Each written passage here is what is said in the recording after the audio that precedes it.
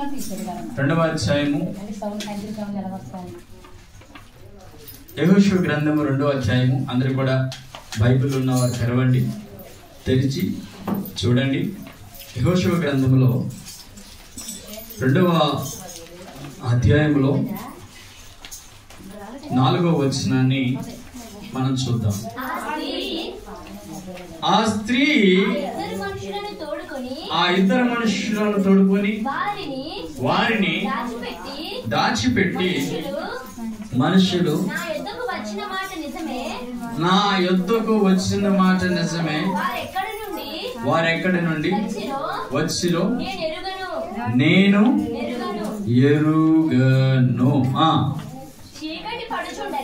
చీకటి పడుచుండగా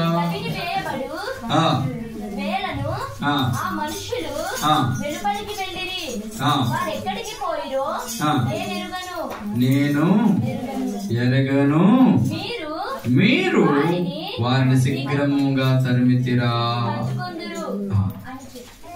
చాలు, కళ్ళు మూసుకోండి, ప్రార్థన చేసుకోవచ్చు. యేసయ్యా మీకు వందనాలయ్యా, దేవా మీకు స్తోత్రాలు, ప్రభువా మహోన్నతుడా మీకు స్తోత్రాలు చెల్లిస్తున్నాను. మహిమ గల రాజా మీకు స్తోత్రములు ఆరోపిస్తున్నాను. పరిశుద్ధాత్మ దేవ మాతో మాట్లాడు, ఈ మాటలు దయచేయండి. మా మైండ్ ఎటు మళ్ళకుండా వాక్యం వైపే ఉండేటట్టు చేయండి ప్రభువా. ఇక్కడ ఉన్నటువంటి ప్రాంగణం అంతా కూడా, ఈ సన్నిధి అంతా కూడా మేమందరమే కూడా వాక్యం వైపు శ్రద్ధ కలిగి ఉండేటట్టు చేయండి. ఇక్కడ ఇస్తున్నాము తండ్రి, ఆమేన్.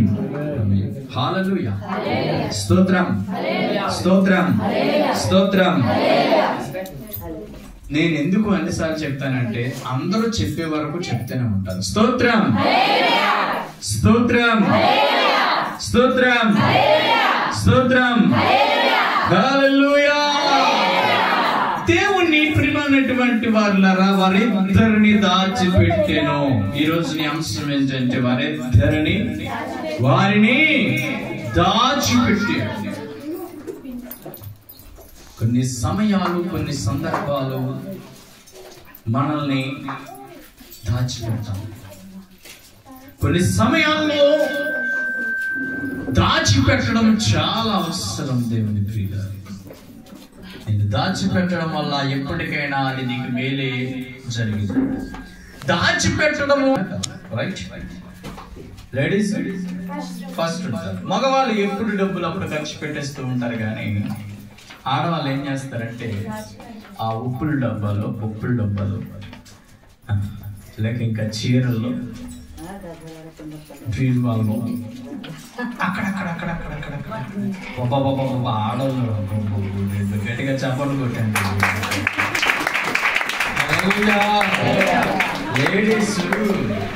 లేడీస్ అండి, ఆడవాళ్ళండి దేవుడు దీవించబడినటువంటి స్త్రీలు. దేవుని గాక దేవుడు స్త్రీలను దీవించాడు, స్త్రీలకి గొప్ప బహుమతి ఇచ్చాడు. హల్లెలూయా. స్త్రీ నుంచే ఈ జనాభా ఉత్పత్తిని స్త్రీ నుంచే వచ్చేటట్టు చేశాడు. మీరెంత ధన్యులు అంటే చాలా ధన్యులు. దేవుని మహిమ కలుగును గాక. ఇప్పుడు ఎక్కడెక్కడో దాచిపెట్టావు, ఆ సంగతిని కూడా మరిచితివి. నువ్వు మరిచిన తర్వాత, ఆ సంగతిని నువ్వు మరిచిపోయిన తర్వాత ఒకరోజు చాలా అత్యవసరం వచ్చింది. డబ్బులు ఏమొచ్చాయండి? అత్యవసరం వచ్చింది. ఒక డోక్రా కట్టాలనో, ఒక లోన్ కట్టాలనో, లేకపోతే ఒక వడ్డీ కట్టాలనో, లేకపోతే ఇంట్లో పప్పు అయిపోయిందనో, ఉప్పు అయిపోయిందనో, లేదంటే ఏదో అయిపోయిందనో, ఏమేమో అయిపోయానో. నన్ను గమనించండి, ఏదో అయిపోయిందనో చాలా అవసరం వచ్చింది. ఇంట్లో బియ్యం లేవు, ఇంట్లో బియ్యం. నీకున్న అలవాటు వలన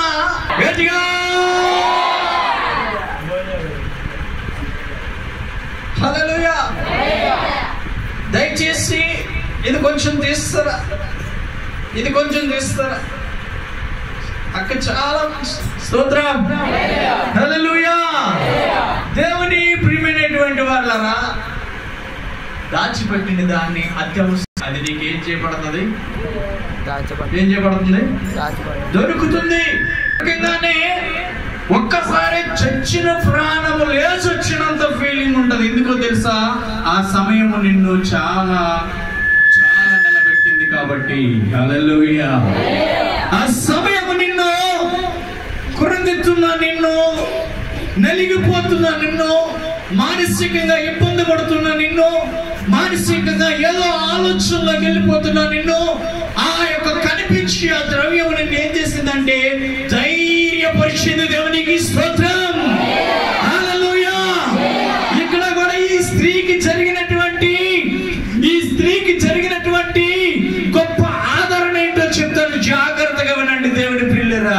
ఈ స్త్రీ ఎవరో కాదు, ఒక వేశ్య, అంటే పాపాలు చేసేటువంటి వ్యక్తి.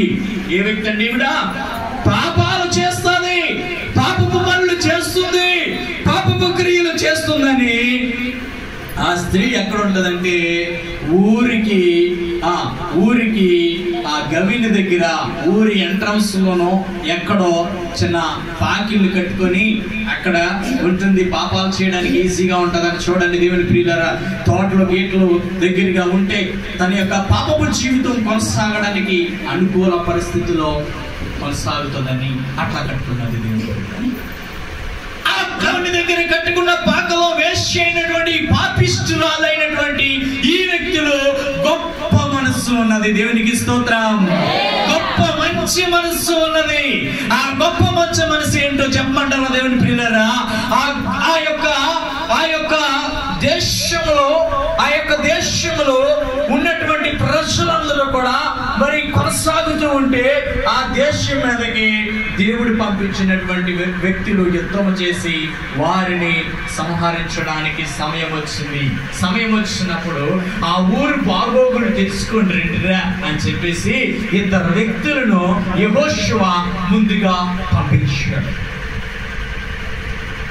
ఈ మిస్టర్ జోషువా ఒక ఇద్దరిని పంపించినప్పుడు ఆ ఇద్దరు ఎత్తుంటే ఎవరో చెప్పారు, ఏమండి వేగుల వారు వచ్చారు మన ఊరిని పరిశీలన చేయడానికి, మన యొక్క దేశాన్ని పరిశీలన చేయడానికి, మన దేశంలో ఉన్న లోటుపాట్లు అన్ని తెలుసుకొని వారిని ఏం చేయడానికంటే మళ్ళా మన దేశం మీదకి రావడానికి, మనల్ని చంపడానికి ఫలానా వ్యక్తులు వచ్చారండి అని తెలిసింది. తెలియగానే వీళ్ళు చంపేయండిరా అని అనగానే వీళ్ళిద్దరూ వెళ్తా ఏం చేశారంటే ఈ వేశ్య ఇంటికి వెళ్ళారమ్మా, మేము ఆపదలో ఉన్నాం తల్లి అని అనగానే, ఏదండి ఏమండి సాధ్యమేనండి, ఇది ఏమన్నా సాధ్యమేనా? మన ఊరు ఎవరో వచ్చారు, వాళ్ళని మనం కాపాడుతామా? మన ఊరు వాళ్ళు కాదని కాపాడలేం కదా, కొట్టేస్తే కూడా నీ చంపేని మాకెందుకు అన్నట్లు ఉంటాం.